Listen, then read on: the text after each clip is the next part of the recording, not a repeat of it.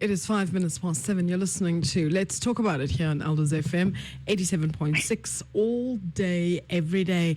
I am Charis Pretorius, and of course, on the line, I have Reagan Mitchell from WealthyMe. Good evening, Reagan. Welcome back. Good evening, Charis, and good evening to your listeners. And thank you so much for having me back. I don't take this opportunity lightly. And I look forward to speaking to you guys tonight about something that I'm really passionate about, and that is, women and their finances, and also, being an activist for women empowerment. So yes, thanks for the opportunity. It's always great, especially when we have men in the know who are prepared to pass on the information that they have. Because before I was chatting to you, the build-up, I was saying that far too often we as women have a tendency of pushing each other down. So it's very important that we have a man who can actually say, okay, fine. The manner in which women treat their money is the most important thing for me. And it is something that is close to my heart, and it's something that I'm very passionate about. So I appreciate that, Reagan. So I just want to say thanks, and let's just get right into it.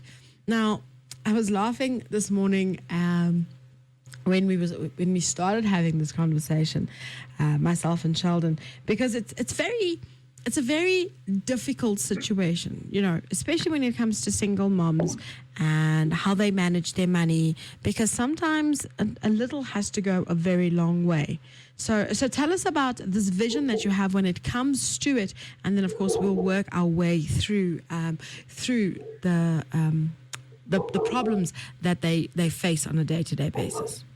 So I just want to make sure that I understand the question correctly.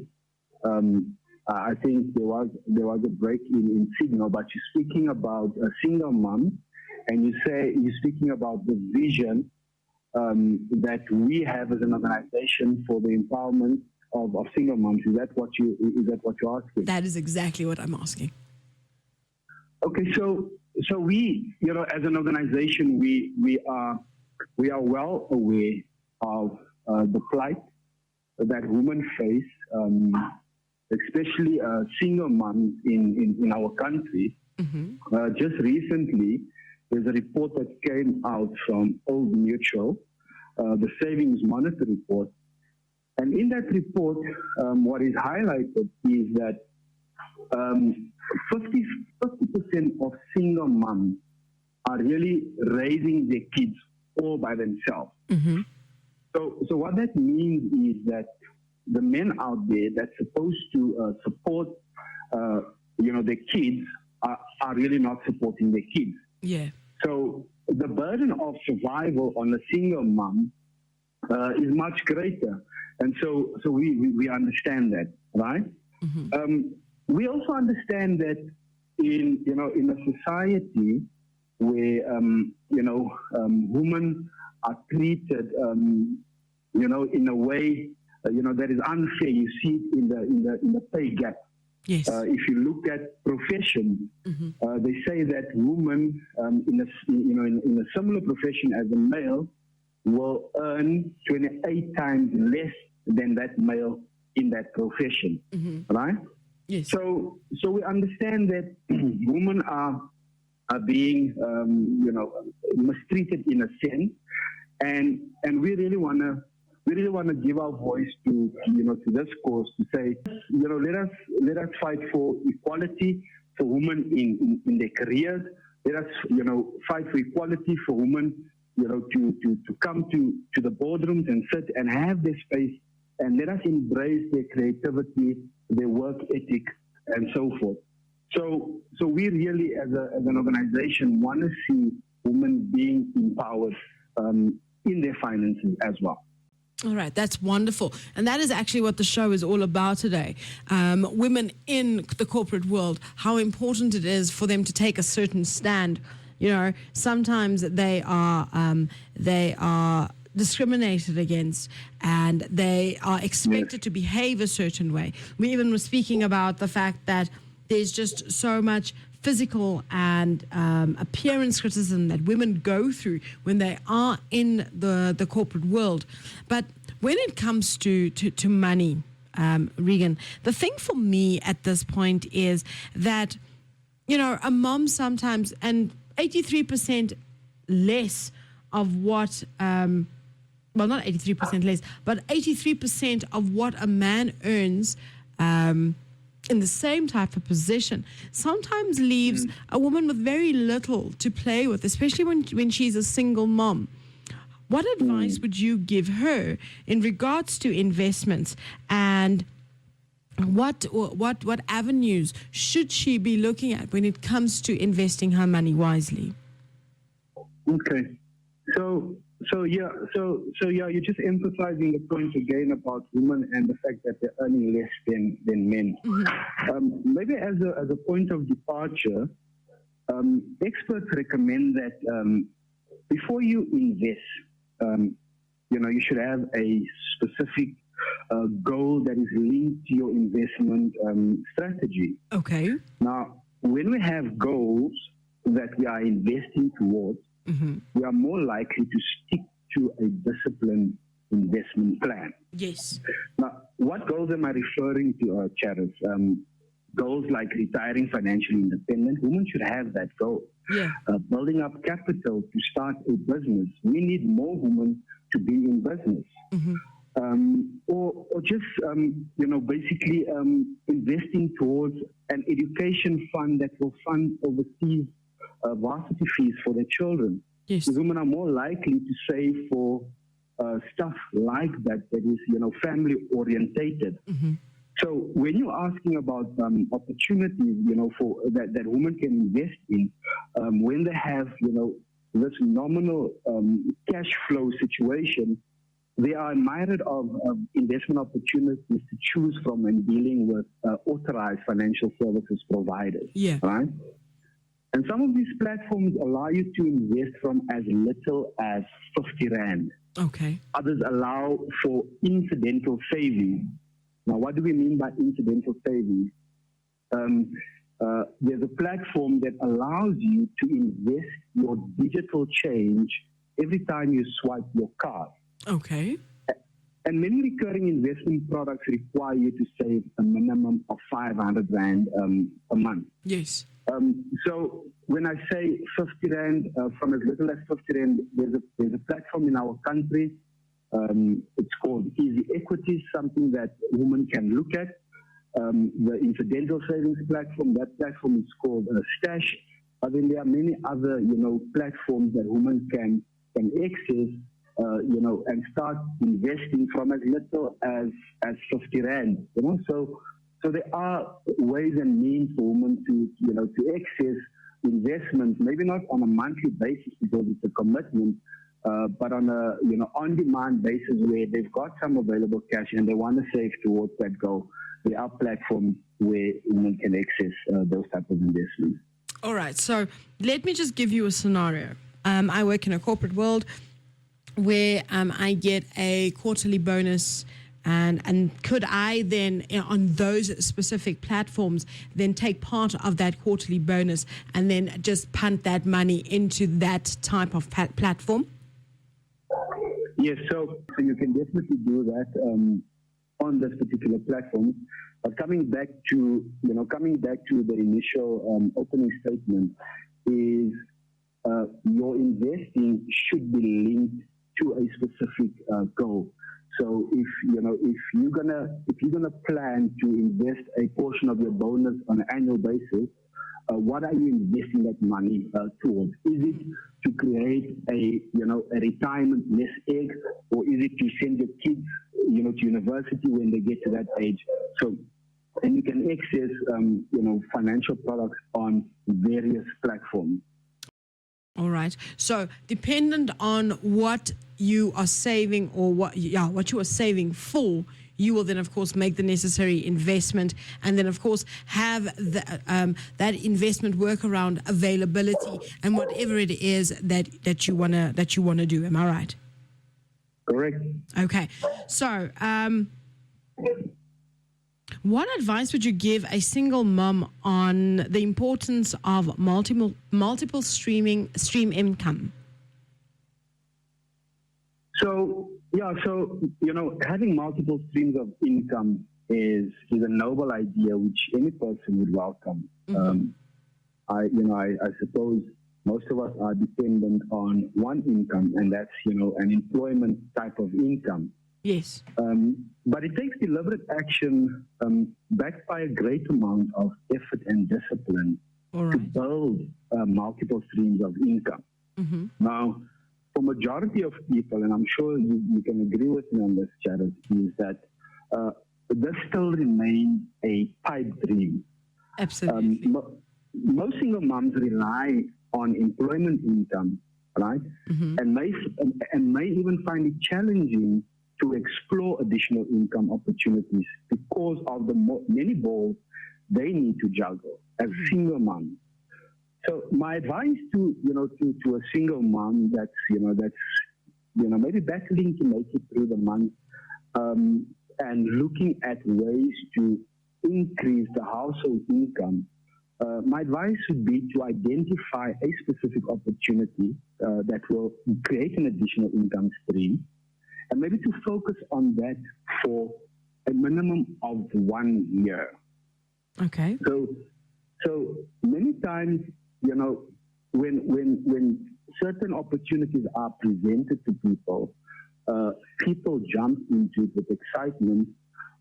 It's like, New Year's Day, there's always a you're back at the gym, you're going to get yourself back in shape. But by, the beginning of March, you're back on the couch being a couch potato. Absolutely. So it really takes discipline. Okay. So, and there's practical things single moms can do. They can explore learning a digital skill.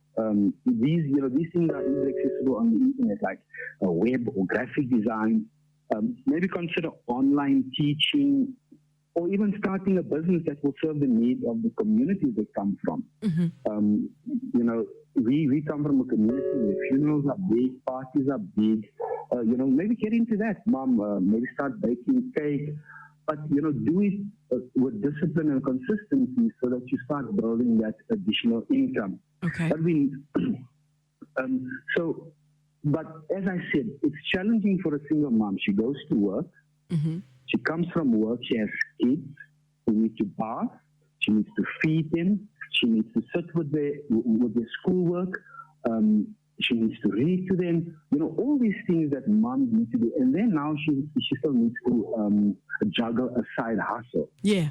So it's really going to take a lot if you consider, the single mom to pursue an additional income stream.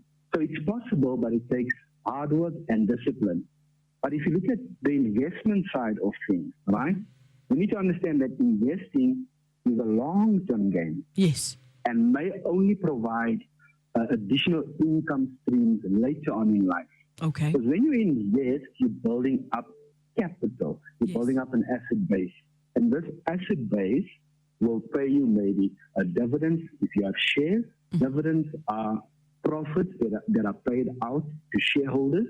Okay. If you invested in property, you get rental income from your portfolio. If you invested in bonds, bonds being money that you borrow to government or to corporate, they pay interest payments. So that only comes later on in life, and that also is a long-term gain. And that's why in our business, our philosophy to investing is really to create generational wealth, so that the generation that comes after you will have it a little easier, to achieve some of these financial objectives in their lives. Great stuff. Now, Reagan, another question.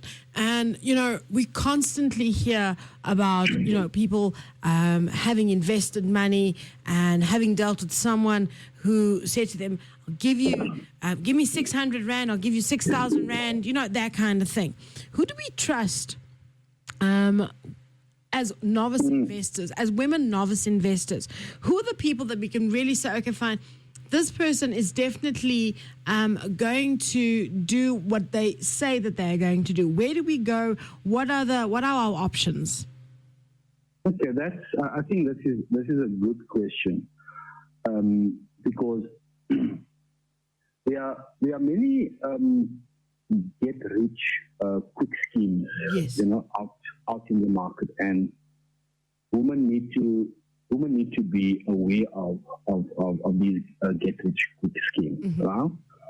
I think for women, before the first point of departure, I would say, is to start investing time in knowledge, acquiring financial literacy. Yeah. That is an important thing that we need to get as women investors or single moms managing our finances, because once you build your financial literacy, you get to a point where you can make better financial decisions, and you can kind of suss out when something is fishy.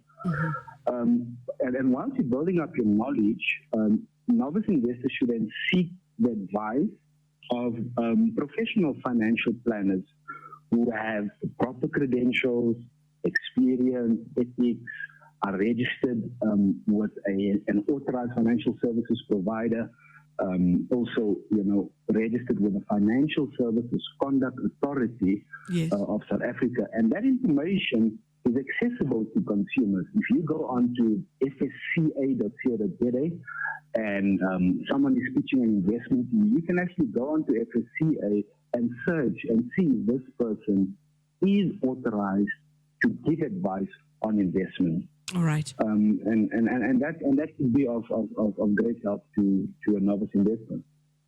All right. How often? And I know that this is just something that we unfortunately have to deal with, and this was of course a bone of contention when Sheldon and I were talking about the questions today. But I think it is important that we shed light on issues and situations such as this, and that is, how often do women get taken for a ride when it comes to investing because they have limited knowledge of investments and how everything works? So this is a very interesting question, because there's a lot of research, study after study, proves that females are less aggressive than men when it comes to investing. Okay. So the maternal instinct of a woman is that of being a nurturer and being, protective. And women give more thought to risk when compared to men. Mm-hmm. In most cases, investors are taken for a ride when they seek out the get-rich-quick schemes. Mm-hmm. Investments, and this is, there's obviously things that you need to take note of. Mm-hmm. Investments that promise exorbitant returns in a short space of time. Yes. That should be an alarm bell. Yes. Before investing your money into any sort of scheme. Mm-hmm. Like I said, please check that the company you're investing with is registered with the FSCA, Mm-hmm.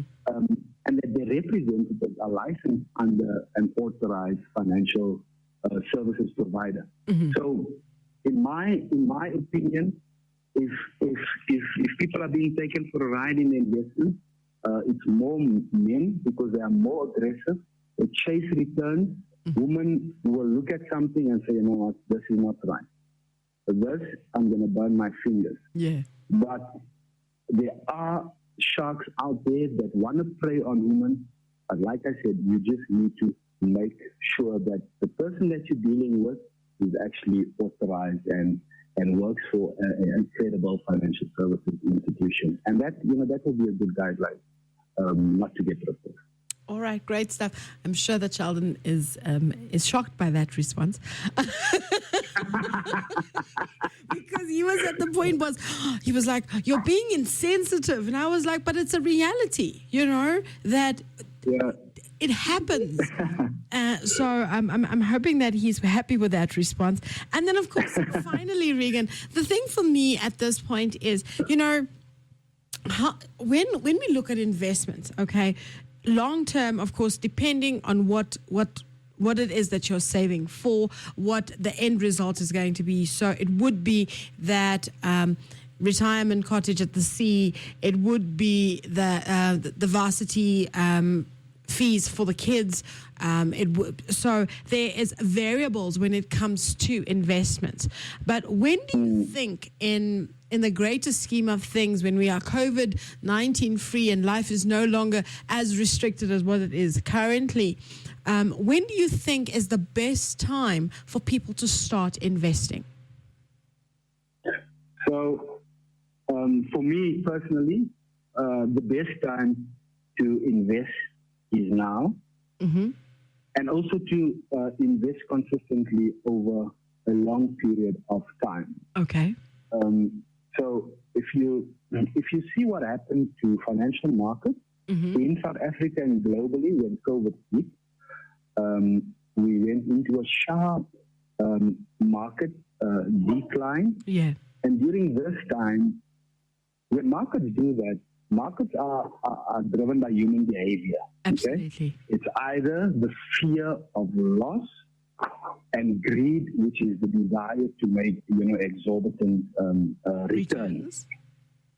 So the best time to invest is now. So many people that came into the market during COVID were able to buy investments at bargain prices. All right. Just yesterday, if you look at the JSE and if you look at the losses that the JSE had during COVID or when COVID started, just yesterday, the JSE managed to recover all the losses that the market went through during this period of COVID. Yes. So that's the nature of financial markets. That's life. There'll be ups and there'll be downs.